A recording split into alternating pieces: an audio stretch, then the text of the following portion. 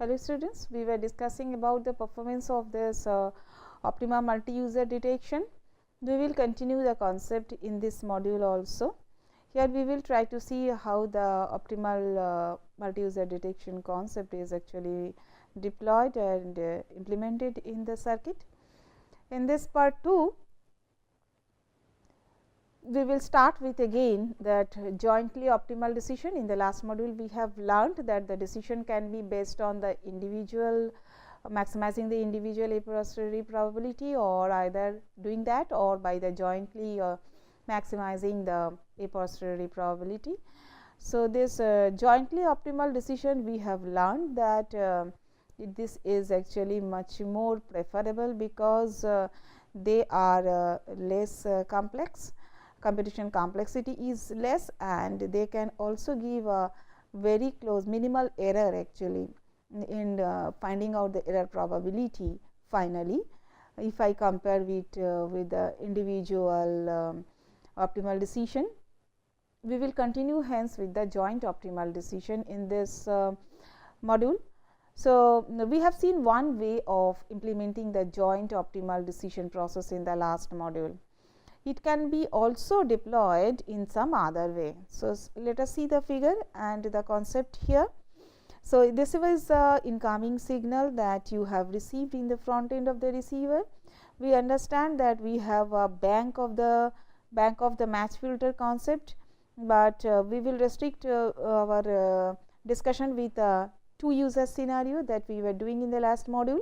So, it seems that we have two signatures with hand S1T and S2T, and we have the correlator architecture. So, we have not utilized the sampler followed by the correlators and we have not, because that means actually we are still in the continuous domain, we have not discretized it, and finally, the architecture shows something like this. So, see the signature S1T is actually getting multiplied with the incoming signal in the upper path generating Y1. S2T is getting multiplied with the lower part with the YT and generating the signal Y2T. And remember, we assumed that the two user signals are synchronized. So, it is a synchronized channel.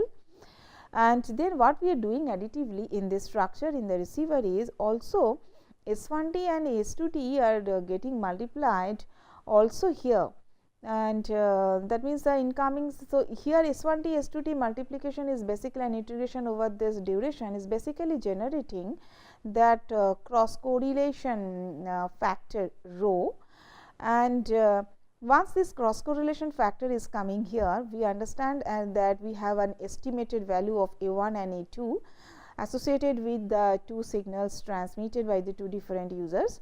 So, Y1 will be multiplied here with this A1, A2 will be multiplied with Y2 in the lower zone, but also this A1 A2 will be multiplied by this cross correlation factor rho in between.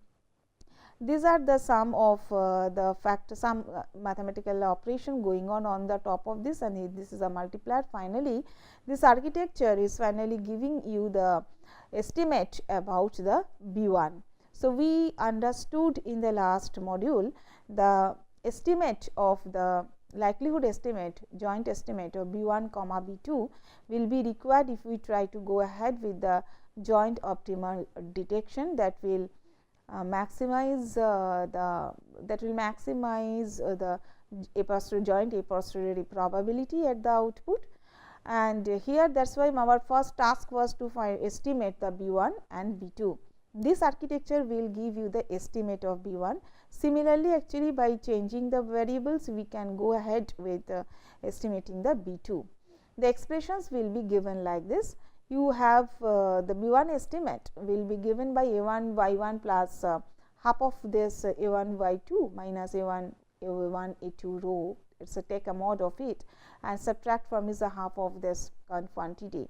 B2T so equivalently will be given by this. So, what finally we are seeing here is deployed. See here you have a A1 Y1 which is basically at the output here, and half of A2 Y2 minus this guy. So, this factor is getting generated here, this factor is getting generated here, So, this term, the plus a2 y2 minus a1 a2 into rho, that will be here, and this guy a2 y2 plus a1 a2 rho, it will be the two additive terms are getting generated here. So, then actually the term is basically this plus and minus will be simply added, and then I multiplied with the factors, corresponding factors of half, and this guy you are generating, it were adding with this a1 y1, and then it is the signum function basically taking care of actually and telling you this after this addition whether the value is positive or negative. So, that is the estimate about the B1. So, the whole architecture is implemented in this way, and equivalently with B2 we can generate it by generating taking the a2 y2 and just reversing the variables. Instead of a2 y2 I am using here a1 y1. But remember, it is important here to note that this received signal, whatever this received signal affects the optimal decision of this B1 and B2, they are actually where the variables are. If I see actually the whole expression of B1 and B2, I see that the terms like a1, y and rho are coming. Nowhere the variance of the noise, I mean sigma, is nowhere coming out. So, the good part of this decision is joint optimal decision is, and this architecture is, that it will be depending upon your estimated value of a1 a2, that means received amplitude of each and every user, but it and also the cross correlation matrix, but it will never be dependent on the noise variance. So, you are getting rid of the noise effect, noise variance actually in the decision process. So, noise variance can never affect actually your decision process itself if you are following the joint optimal architecture. If it is an individually optimal decision, then let us see how does it go. Now, in this situation, since my B1 is an a priori equally likely to be either +1 or -1. So, minimizing the remember individual optimum decision always try to minimize the error probability of an individual user. So, when I am talking about B1, so it will try to minimize the error probability of error of user 1, and hence the probability of error of B1 not equal to be B1 hat. So, it is minimizing that error. So, it is a composite that decision can be done by a composite hypothesis testing given by this x1, x2, x3, x4, where x1, x2, x3, x4 we have discussed earlier. They are the combination, the all possible 4 combinations of receiving +1 and -1, and it follows that this individually optimal decision, thus B1 hat should be argument B1 that belongs to -1 and +1.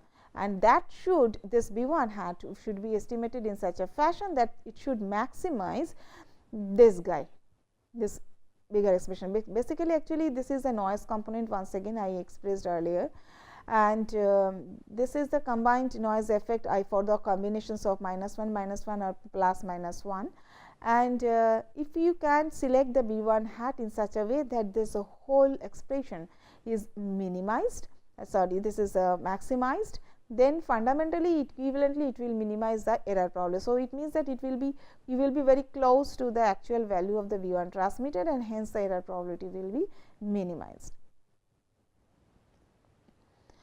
And the straightforward algebra, if I try to put there, that will the individual optimal decision pattern, and the estimate will be B1 estimate for the B1 will be given by this. So, it is coming actually from the previous expression, and then with some straightforward calculations, and we are ending up with the estimate of the B1 given by equation 1.11. So, this estimate for this individually optimal decision can be implemented actually in circuit like the figure given in figure 2. What we are doing, we are taking the same signal S1t S2t multiplication is done. So, you have generated y1 rho and y2 like the earlier case, because those 3 terms are heavily required. You have to also have in hand the estimates of the a1 and a2. So, you have the estimates. So, now this is just the combination of this a1 y2 plus a1 a2 rho that you have to generate. And remember this nonlinear function that is given here, Actually, this is given by the fact of this sigma square log of cos hyperbolic x by sigma square, which is coming here. So, this is the part that is implemented by this nonlinear function inside the equation, and multiplication of half is anywhere required here, the half factor is there. So, you are here, and finally, after adding these two and taking the applying the signum function, you will be getting the estimate of the B 1. So, this implementation of this equation of 1.11 that we have declared, we have decided and discussed.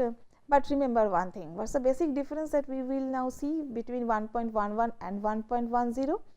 See here, we are getting the parameters like a, y, rho and also sigma. So, the individual optimal decision is basically dependent on the noise variance. So, here is the basic difference between the individual optimum decision and the joint optimum decision. You need not to worry about the noise variance, or the decision is completely free from the noise variance for the joint case, whereas the individual optimum decision will be largely dependent upon the noise variance, and noise is a completely unpredictable one. It is a random variable which we will have the statistical property associated with it, but estimation of that vector or having a priori knowledge of this sigma square is not feasible in practice. So, these are the fundamental differences you should understand between the individual optimum decision and the joint optimum decisions. And before taking the how to which should be applied in a particular scenario, that is, before taking the decision, you should be having a clear knowledge about these two.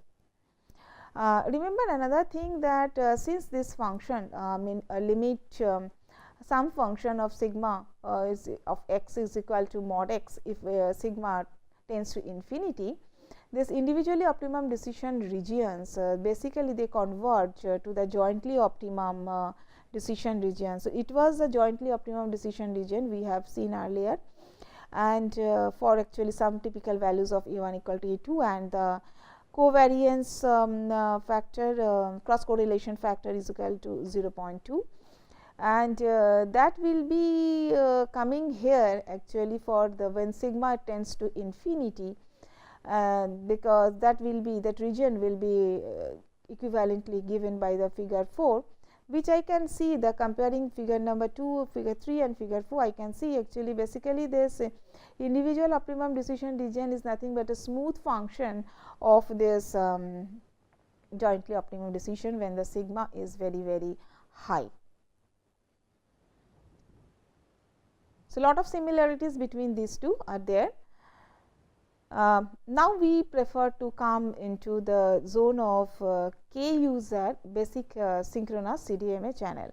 So, we extend the discussion from a 2 user to k number of the users. So, the equation that we have seen we will revisit in the context of the k users. Earlier we saw we have two terms here, A 1 B 1 S 1 t plus A 2 B 2 S 2 t plus sigma n. Here it will be a combination of all the k users, number of the users going from 1 to capital K, and remember we are interested over the time interval of 0 to capital T. Capital T is a inverse of capital T will give you the data rate, transmission data rate. The problem of this joint optimum demodulation of this B, here remember actually for B we will have complete vectors, actually it is a matrix of this B 1 to B k. So, if I try to have a joint optimum demodulation of this capital B, of this bold B, it has a solution such that this B maximizes now this combined factor, I mean this y minus this combination of y minus this factor, the first term will give you actually the noise variance, the portion of the noise, not the variance, it is the portion of the noise. So, basically when you are trying to do the joint optimum demodulation, you are trying to search such a value of the B that maximizes this expression 1.13. So, basically it should minimize this noise. You are basically trying to maximize the B, trying to maximize this factor means you are trying to finally minimize the error probability. or equivalently we saw that we defined a factor omega in the context of the two user cases. Here equivalently for b number of the users, for b number of the data to be optimum distribution for the v vector, we will be able to which should be equivalently given that you are trying to maximize this capital omega given by this expression. Here actually we can have two factors of this omega. The first one actually equivalently in the vector form can be written as b transpose this a vector and some part that is contributed by the received vector y, and this is actually again written as this guy, where this h that we have written, h is actually nothing but a capital R into a. We have seen that a capital R earlier is a normalized cross correlation matrix, and capital A is the diagonal matrix and it is unnormalized. And so, if I break this, it will end up with this B transpose A capital R A into B. So, where we have replaced A capital R A into E by n and the vector capital H.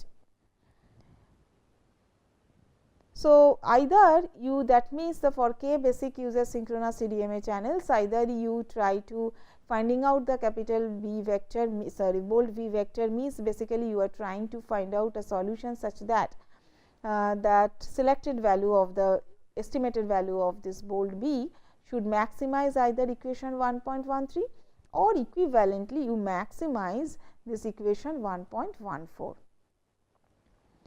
But remember one thing, this maximization of this 1.14, this is a combinatorial optimization problem, where actually and combinatorial optimization problems will have a very high complexity associated with it, because some exhaustive search process actually is close to that is involved in the search mechanism itself in the combinatorial optimization. And so it may seem to us initially that this second process, I mean the equation 1.14 involves, it invokes actually very high computational complexity and it may not be feasible in practice to implement. But fact is that the first term, this B transpose A y, and the second term, this B transpose H b, that actually can be pre-computed and it can be stored in such a way that all values of, or the generation of the all values of this sigma b, it can be done first, and then in a we can form a tree structure such that actually it can take for each and every bit, it can take actually 2 to the power k number of the operations. So, remember one thing, whenever we design a detector and we try to understand the performance analysis of this detector, the efficiency of a detector will be always given by the complexity of detecting one bit given the total number of the bits. So, how good a detector is or how efficient a detector is always is given by the time complexity involved per bit detection, which is given by this expression of 2 to the power that the total complexity involved, I mean in the operation, how many number of the operations you are involving, given by the total number of the bits. And so, we will always talk about this is the time complexity involved in the detection of the bit. So, whether we can, what is this parameter at the output coming up for the output of this optimal detector is our point of the concern, where the efficiency of the detector we will be defining based on these parameter always. So, see actually there is no algorithm which is known for this optima multi-user detection whose computational complexity is polynomial in the number of the users. And if all these cross correlations are the non-positive one, then this maximum likelihood decision it can be obtained by this time complexity per bit, where the operation number of the complexity complex operations that are involved will be given by the number of the bits square. And the reason is that the maximization of this term to B transpose A y minus B transpose of this H b, which is involved here in the computation of this capital sigma b, it is equivalent to a well known problem in a combinatorial problem in such a situation.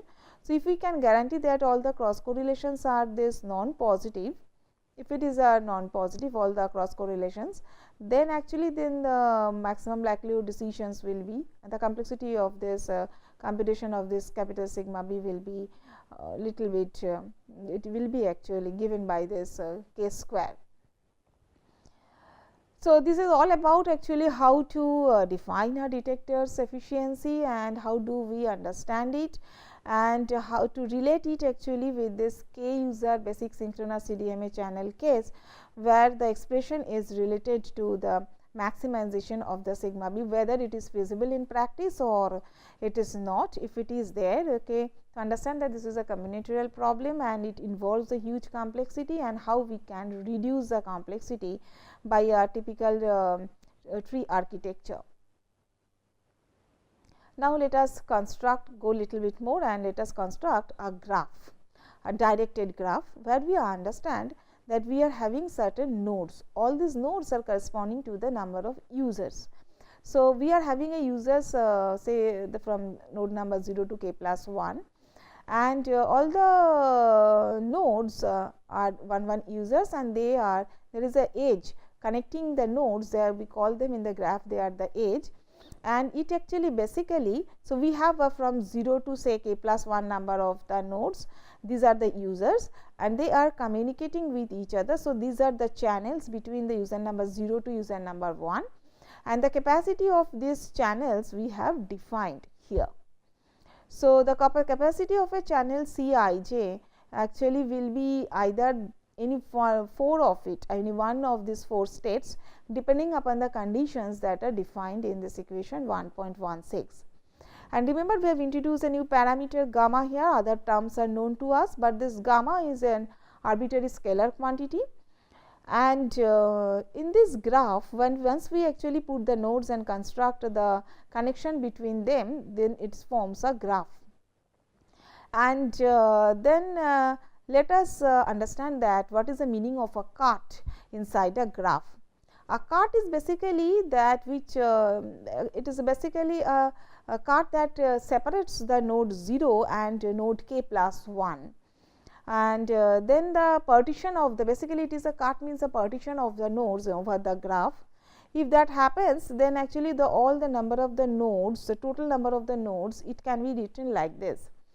So, it is the matrix I, which is the union of the 0 node, which is with the union of all the j nodes, union with the remaining k plus 1 number of the nodes, and their capacity will be of this cart can be written by the expression 1.17. From the graph theory it is coming. And so, the carts and the data vectors this b, they can be put in 1-to-1 correspondence by letting this small I here, by here this small I which belongs to this capital I and which is the subset of this 1 to k. So, if that cart is there, and then the carts and the data vectors capital B can have a 1-to-1 correspondence if and only if that b I is equal to plus 1. And with some correspondence, with this correspondence of this 1-to-1, and using this expression of this capacity allotment per age, and then we can actually come to an expression where the sigma b plus for the capacity and the combination of the capacity as well as this sigma b is equivalently can be written as this bigger expression. Remember, actually for each and every case what we are trying to do here is, for the ith one and for the ith set, we are having after the cart you will have 2 sets, right. One is denoted as ith set, another is the jth set, and we are trying to find out actually associating with the corresponding, for each and every set we are trying to associate with corresponding age capacity, and we are ending up here. And so, it can be further further simplified with the expression given here. The maximization of this likelihood function finally here this function sigma b, it is finally equivalent to finding a cart with the minimum capacity. If you understand that this is the cart with the minimum capacity, then the decision of this beta k will be either plus 1 if the k belongs to I star, and or minus 1 if it belongs to, if the k belongs to j star. So, now question is actually, now when we are finding out this expression of 1.18, the question is whether how will you finally maximize this likelihood function now boils down to the fact that you find out a cut in such a way that it boils down with a minimum capacity. If the cut actually is a equivalently it is a finding out a cut over the graph such a way that actually it is corresponds to a minimum capacity, and if the minimum capacity is ensured, then you can take a decision of this estimate of this beta k governed by this equation 1.19. And how we came actually from this bigger equation to here is wherever actually there is no association with this capacity, the terms who are not related to this capacity, we have excluded those terms, and we have come up with the maximization of this likelihood function equivalently to the finding out the cut that minimizes the total capacity. And these are the maximum likelihood decisions equivalently, and the minimum capacity cut problem is equivalent to the maximization also of the flow from the one origin node 0 to another decision node k plus 1. And if all the edge capacities are then in that case of non-negative, then the algorithm such algorithm you can devise and find out the algorithms for which actually the operations number of the operations that you need to find out to reach to the estimate of the beta k will be governed by the number of the users cube. So, that will be the computational complexity involved in estimating this beta k by this cut and finding out the cut with the minimum capacity. So, non-negativity of all these edges edge capacities is ensured if the cross correlation satisfy less than equal to 0, because we always select the value of the gamma which is a maximum of 0 or minimum of this j over the j minimum over the j of a j into y j. So, the individually the optimum decision that minimizes this error probability of the kth user finally is the finding out of the element beta hat k that belongs to either -1 or +1 that will maximize equivalently this expression 1.21.